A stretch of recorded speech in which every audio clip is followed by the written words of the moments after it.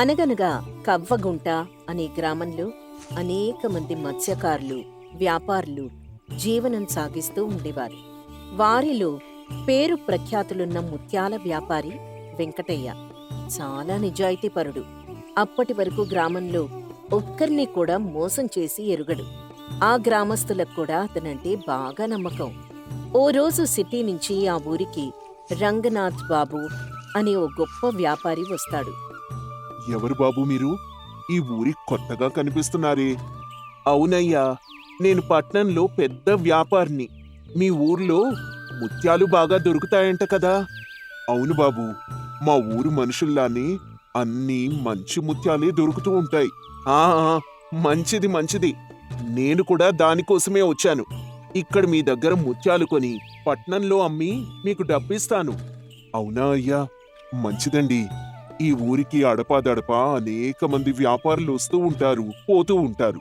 పైగా మా వెంకయ్య బాబుతో మంచి మంచి బేరాలు కుదుర్చుకుంటారు. వెంకయ్య? వెంకయ్య ఎవరు? ఆయన అసలు పేరు వెంకటయ్య. మేమంతా వెంకయ్య బాబు అని పిలుచుకుంటూ ఉంటాం. మా జీవనం ఇలా సంతోషంగా సాగుతుందంటే వెంకయ్య బాబు దయవల్నే. అవునా? ఏం చేస్తూ ఉంటాడతను? ఆయన మా ఊర్లో మంచి వ్యాపారస్తుడు. మొదట్నుంచి కూడా మా ముత్యాలకు మంచి ధర లభిస్తుందంటే ఆయన వల్లనే. సరే సరే, ముత్యాలెక్కడ దొరుకుతాయో చెప్పండి. అట్టాగేనయ్యా, మీరు ముందు వెంకయ్య బాబుని కలవండి. దీనికి సంబంధించినవన్నీ ఆయనే చూసుకుంటాడు. సరే సరే. రంగనాథ్ ఎలా అయినా సరే ఊరి వాళ్ళని మచ్చిక చేసుకుని మొత్తం ముత్యాల్ని తనే కొనుక్కోవాలి అనుకుంటాడు. డీల్ మాట్లాడుకోవడం కోసం వెంకటయ్య దగ్గరికి వెళ్తాడు. ఎవరండి మీరు? ఏం కావాలి? నేను పట్నంలో ఓ పెద్ద వ్యాపారిని. మీ ఊర్లో మంచి ముత్యాలు బాగా దొరుకుతాయని తెలిసి ఇలా వచ్చాను. అవునా? సరేనండి. మీలాంటి వ్యాపారులు ఇలా వస్తూనే ఉంటారు. మీరంతా ఇలా రాబట్టే ఊరికి రాబడి పెరుగుతోంది. మంచిది మంచిది. ముత్యాలేవైనా ఉంటే చెప్పండి, వచ్చి చూసుకుంటాను. అలాగేనండి, మంచిది. అప్పట్నుంచి రంగనాథ్ ఊరి వాళ్ళని మచ్చిక చేసుకునే ప్రయత్నం చేస్తూ ఉంటాడు. వెంకటయ్య దగ్గరికి వెళ్ళడానికి ముందుగానే తానే వాటిని తక్కువ ధరకు కొనుక్కోడానికి చూస్తాడు. ఏమయ్యా, ఇలా రండి. బాబు చెప్పండి, వెంకయ్య బాబుని కలిశారా? కలిశాను. కానీ ఎంత డబ్బిస్తాడతను మీకు? ముత్యాలకి తగిన రేట్నే ఇస్తాడు బాబు. అయితే అసలు మార్కెట్లో మీ ముత్యాలకు ఎంత ధర పలుకుతుందో మీకు తెలియదన్నమాట. అవన్నీ వెంకయ్య బాబే చూసుకుంటారండి. పోనీ మీరాయనకి ముత్యాలివ్వడానికి, ఆయన మీకు డబ్బివ్వడానికి ఎన్ని రోజులు పడుతుందో చెప్పండి. సుమారు ఒక 3 నెలల్లో ఇచ్చేస్తారండి. ఏంటి, 3 నెలల? ముత్యాలు తీసుకున్న తర్వాత డబ్బివ్వడానికి అంత సమయం తీసుకుంటాడా? అవును బాబు. ఎందుకంత ఆశ్చర్యపోతున్నారు? ఆశ్చర్యపోక ఇంకేం చేస్తారయ్యా? అమ్మ వెంకయ్య, నీతి నిజాయితీ పేరు చెప్పుకుంటూ జనాల్ని ఇలా మోసం చేస్తావా? మోసమేంటి బాబు? అసలేమైంది? మోసం కాక ఇంకేంటయ్యా? మీ దగ్గర ముత్యాలు తీసుకుని 3 నెలల తర్వాత డబ్బివ్వడం మోసమే కదా మరి. అసలు ముత్యాలు మార్కెట్లో ఊరికే అమ్ముడుపోతాయి. ఆ లెక్క ప్రకారం మీ చేతికి వెంటనే డబ్బు రావాలి కదా. ఏమోనయ్యా, ఆ లెక్కలవన్నీ మాకు తెలియవు. అన్నీ ఆ బాబే చూసుకుంటారు. అందుకే మీరిలా ఉన్నారు. మిమ్మల్ని తెలివి తక్కువ వాళ్ళని చేసి మీకు డబ్బు ఆలస్యంగా ఇస్తున్నాడు. లేదయ్యా, ఆయన అలాంటోడు కాదు. మీరంతా ఇలా గుడ్డిగా నమ్ముతూ వెనకేసుకొని వస్తున్నారు కాబట్టి ఆయన అలా చలామణి అవుతున్నాడు. లేదయ్యా, మీరెన్నైనా చెప్పండి, ఆయన చాలా మంచోడు. మాకాయనంటే అంతే నమ్మకం. మీరింత అమాయకంగా ఉండబట్టే వాడి ఆటలు సాగుతున్నాయి. బాబు, మీరు కొత్త కదా, మీకు కూడా ఆయన గురించి తెలుస్తుందిలేండి అని ఊరి వాళ్ళు అక్కడి నుంచి వెళ్ళిపోతారు. వీళ్ళని ఎలా అయినా మోసం చేయాలని రంగనాథ్ ప్లాన్స్ వేస్తూనే ఉంటాడు. ఇంతలో అతనికి అదే ఊర్లో ఉండే సోము అనే అతను పెద్ద ముత్యాల ముట్టతో అటుగా వెళ్తూ కనిపిస్తాడు. బాబూ, ఎక్కడికి వెళ్తున్నావు? ఈరోజు పెద్ద మొత్తం మీద ముత్యాలు దొరికాయండి. వెంకయ్య బాబు దగ్గరికి వీటిని అమ్మడానికి వెళ్తున్నాను. ఇదమ్మితే మొత్తం ఎన్ని డబ్బులు వస్తాయి నీకు? వెంకయ్య బాబు ఎంత ఇస్తే అంతేనండి. అది కూడా 3 నెలల తర్వాత డబ్బిస్తాడు, అంతే కదా? ఆ అంతే బాబు. నువ్వు నేను చెప్పినట్టు చేస్తే నీకు పెద్ద మొత్తంలో ఇప్పుడే డబ్బిస్తాను. పైగా ఆయనిచ్చే దానికంటే ఎక్కువ డబ్బిస్తాను. ఏంటి బాబు మీరనేది? అవును, ఈసారి నీ ముత్యాలు నాకు అమ్ముతావా? నేనే విషయం అయింది మర్నాడు చెప్తానులేండి బాబు అని చెప్పి సోము అక్కడి నుంచి వెళ్ళిపోతాడు. రంగనాథ్కి సోము తన దారిలోకొచ్చినట్టు అర్థమవుతుంది. ఆ మరుసటి రోజు ఊరంతా ఈ విషయం తెలిసిపోతుంది. ఆ తర్వాత రోజు ఊర్లో ఏరా సోము, ఆ కొత్తగా వచ్చిన వ్యాపారి నేరుగా నీతోనే బేరం కుదుర్చుకున్నాడంట? అవును బాబాయ్, ఆయన వెంకయ్య బాబు ఇచ్చేదానికంటే ఎక్కువ డబ్బు వెంటనే ఇచ్చేస్తా అన్నాడు. మరి నువ్వు ఆయనకే అమ్మేస్తావంట్రా? అవును బాబాయ్, ఇచ్చేద్దాం అనుకుంటున్నాను. అంత డబ్బు వెంటనే వస్తుంటే ఎవరు వద్దనుకుంటారు బాబాయ్?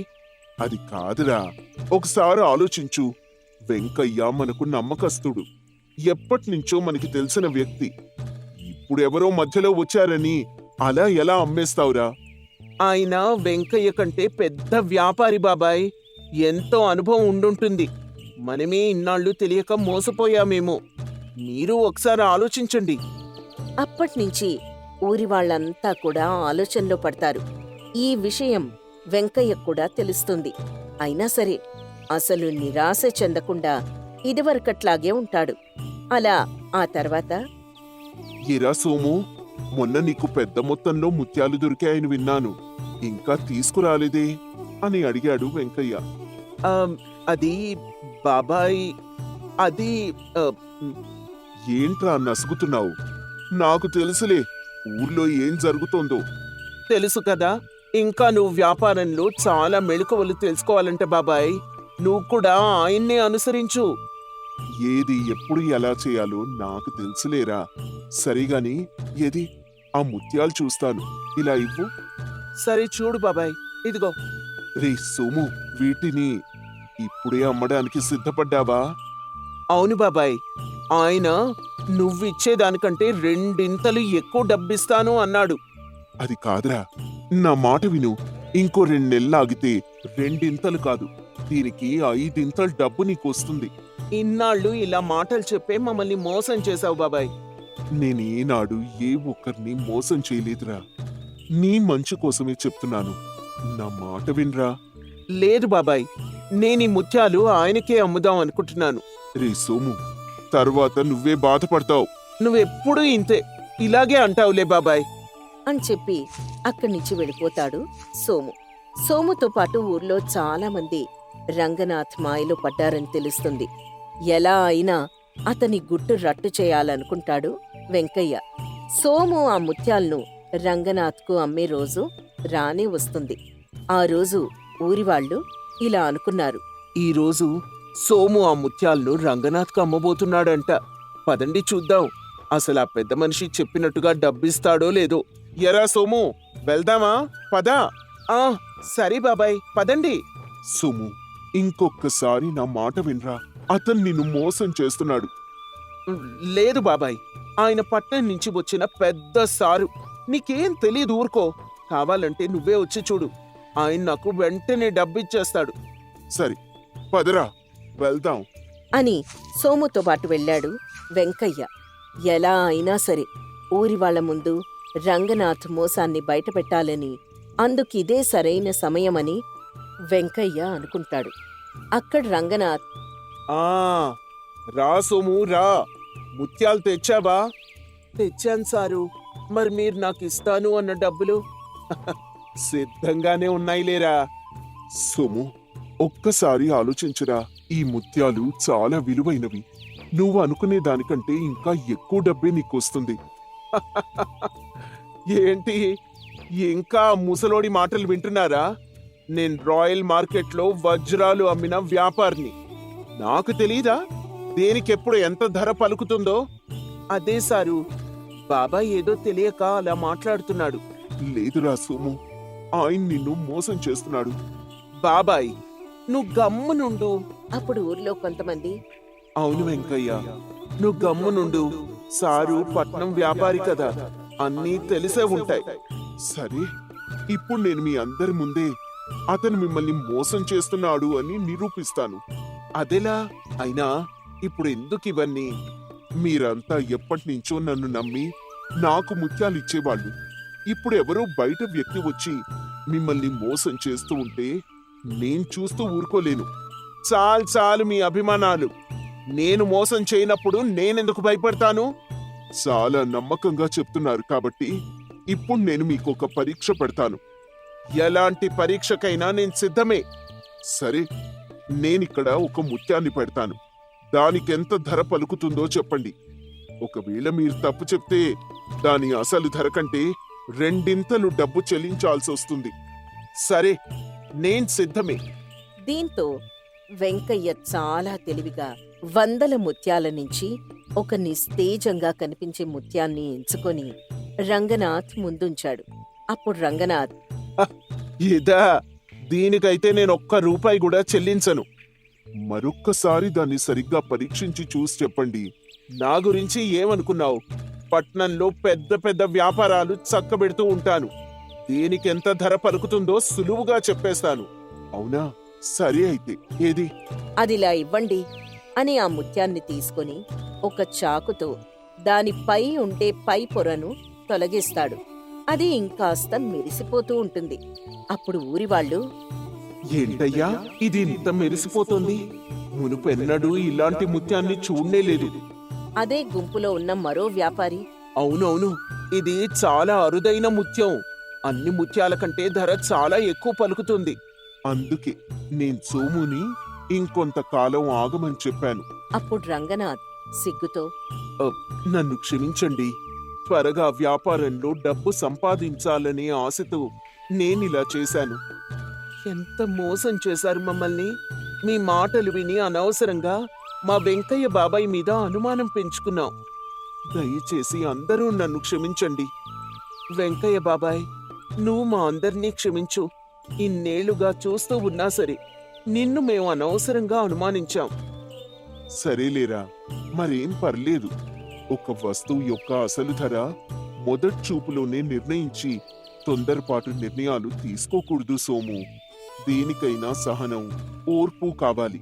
కాలం గడిచే కొద్దీ దానిలోని అసలు మెరుపు బయటపడుతుంది.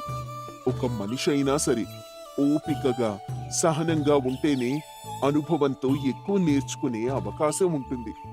నిజమేనండి, నేనే అనవసరంగా తొందరపడ్డాను. ఇంకెప్పుడు ఇలా చేయను. సరే, ఇప్పటికైనా తెలుసుకుంటే అదే చాలు. నేనీ పరీక్షలో ఓడిపోయాను కాబట్టి ఇదిగోండి, నేనిస్తానన్న మొత్తం డబ్బు. మరేం పర్వాలేదు. మాకు మీ నుంచి ఎలాంటి డబ్బు అవసరం లేదు. మీ వ్యాపారానికి సంబంధించి ఏమైనా ఉంటే దాని గురించి మీరెప్పుడైనా మా ఊరికి రావచ్చు. మీకెప్పటికీ నేను రుణపడి ఉంటానండి. వెళ్ళొస్తాను. మంచిది అని రంగనాథ్ అక్కడి నుంచి వెళ్ళిపోతాడు. ఆ ఊరి వాళ్ళంతా మునుపట్లానే వెంకయ్య చెప్పే సలహాలతో ఆనందంగా ఉంటారు.